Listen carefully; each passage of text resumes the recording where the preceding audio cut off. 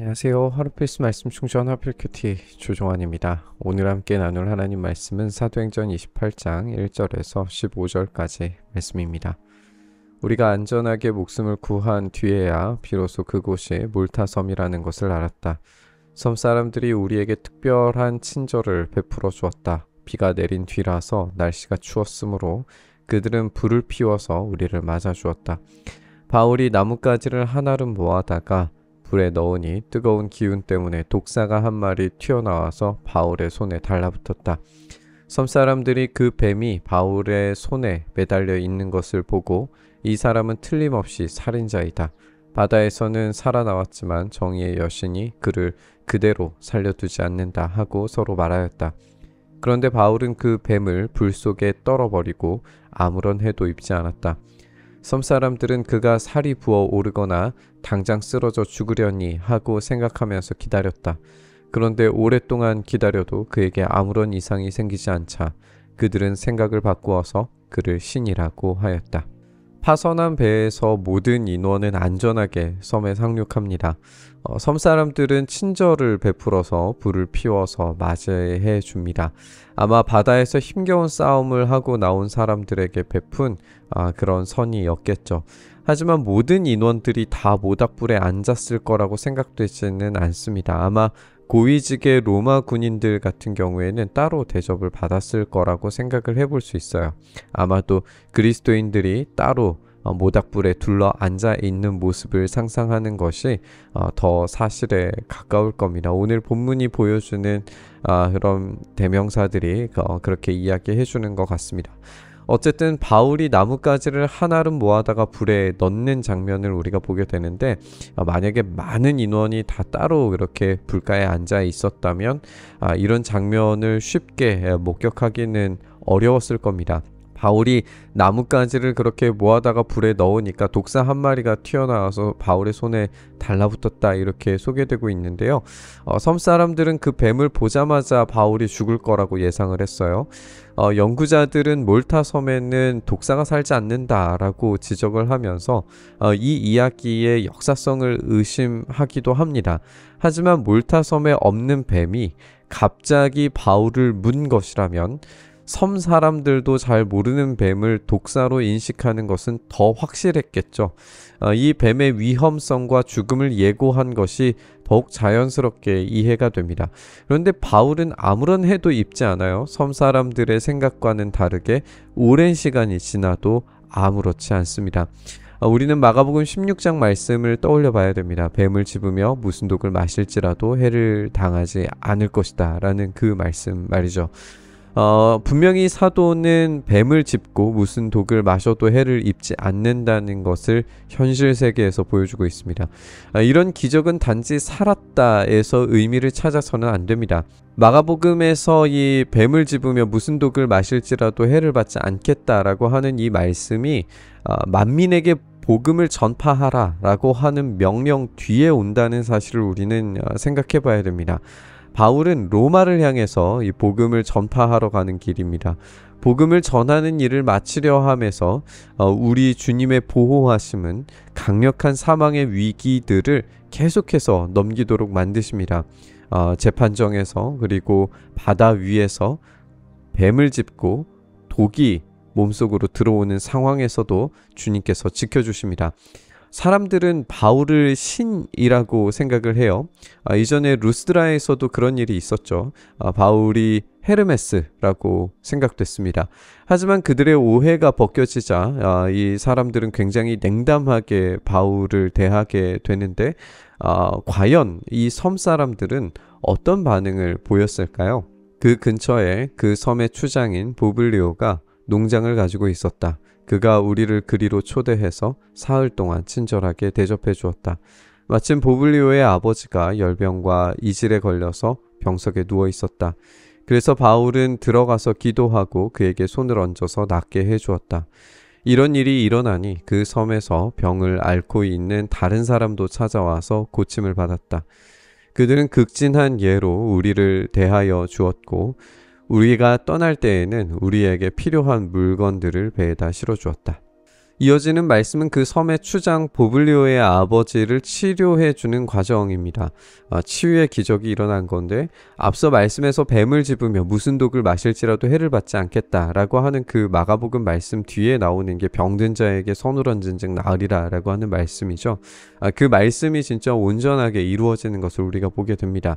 그런데 이 말씀에서 원주민들은 당시의 기준에서도 야만인들로 분류되었을 것이란 사실을 생각을 해보면 이들은 또 다른 의미에서 땅끝이 될 수 있는 사람들입니다. 근데 오늘 본문에서 뱀을 집어들고 독에도 죽지 않고 병든 자에게 손을 얹고 낫는 기적과 신비를 지금 이 땅끝에 있는 사람들이 경험하고 있는 것이고 그들에게 오늘 본문에서 이야기하지는 않지만 아마도 복음을 전했으리라고 자연스럽게 생각되고 예상이 되죠. 그런데 이 본문에서 이들이 회심했다라고 하는 이야기를 찾아볼 수가 없어요. 심지어 이제 복음을 전했다라는 말도 찾아보기가 힘들죠. 그러면 바울은 그들에게 전했을까요? 그들은 과연 회심했을까요? 이것이 우리가 오늘 이 장면에서 한번 좀 생각해 보고 싶은 부분입니다. 누가의 기술 방식에 따르면 그들이 회심했다는 사실, 눈으로 본 것을 자세히 누가는 아마 기록할 수도 있었을 겁니다. 그런데 이들의 회심에 대해서 철저히 속단하지 못하도록 그들이 회심했다는 증거를 전혀 남겨두지 않는 걸 보게 됩니다. 그렇다면 우리는 다른 방식으로 이 본문을 접근해 볼 수 있을 것 같아요. 만약에 그들이 그럼에도 불구하고 참된 회심을 경험하지 못했다면 그렇다면 기적은 어떤 믿음을 만들어내지 못한다는 것이 분명하게 밝혀집니다. 기적은 그저 하나님께서 복음을 전하는 자들에게 주시는 은혜요, 선물이지 결정적인 회심의 키포인트가 될 수 없습니다. 아마 시간이 더 충분했다면 그들이 열린 마음의 문으로 복음을 전하고 받아들이는 과정들이 있었을 겁니다. 그렇다면 이 기적의 실행은 더 확실하게 이 복음을 전하는 데에 사용이 됐겠죠. 그런데 오늘 이 본문에서는 그런 이야기들이 없단 말이에요. 바울은 이 복음을 위해서 기적이 일어나기를 구했습니다. 아마 그렇다면 이 기적이 이 복음을 전하는 데에서 온전히 사용되었는가 사용되지 않았는가 그것과는 전혀 상관이 없다는 것을 우리가 알게 됩니다.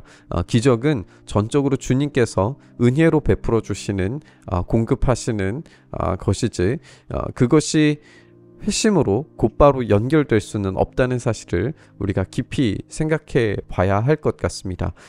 우리가 기적을 구하지만 기적이 우리의 믿음을 더 강력하고 공고하게 해주지 않습니다. 석 달 뒤에 우리는 그 섬에서 겨울을 난 디오스구로라는 이름이 붙은 알렉산드리아 배를 타고 떠났다. 우리는 수라구사에 입항하여 사흘 동안 머물고 그곳을 떠나 빙 돌아서 레기온에 다다랐다. 그런데 하루가 지나자 남풍이 불어왔으므로 우리는 이틀 만에 보디올에 이르렀다. 우리는 거기서 신도들을 만나서 그들의 초청을 받고 이래 동안 함께 지냈다. 그런 다음에 드디어 우리는 로마로 갔다. 거기 신도들이 우리 소식을 듣고서 아피온 광장과 트레스 마을까지 우리를 맞으러 나왔다. 바울은 그들을 보고 하나님께 감사를 드리고 용기를 얻었다. 드디어 긴 여정 끝에서 드디어 로마에 당도하게 됩니다. 로마에서 할 일은 더 선명하죠. 복음을 전하는 것입니다. 그리고 그 복음 전도의 장은 로마 황제 앞이 될 겁니다. 이미 각오하고 시작한 바울의 여정이었습니다. 그는 죽음을 향해서 달려가는 용사 같습니다. 하지만 죽음도 하나님의 계획을 방해하지 못합니다. 바울이 달려가는 길 가운데에서 폭풍과 풍랑도 잠잠하고 독사의 독도 해를 입히지 못하고 죽음의 질병도 고침받고 치유받게 됩니다. 우리가 살펴본 것처럼 복음이 전해지기 위해서 우리는 하나님께서 베푸시는 수많은 보호와 기적들을 사용하신다라는 걸 살펴볼 수 있었습니다. 하지만 이것이 주객전도 되어서 기적이 목적이 되면 그것은 오히려 저주가 될 수 있다는 사실을 기억해야 됩니다.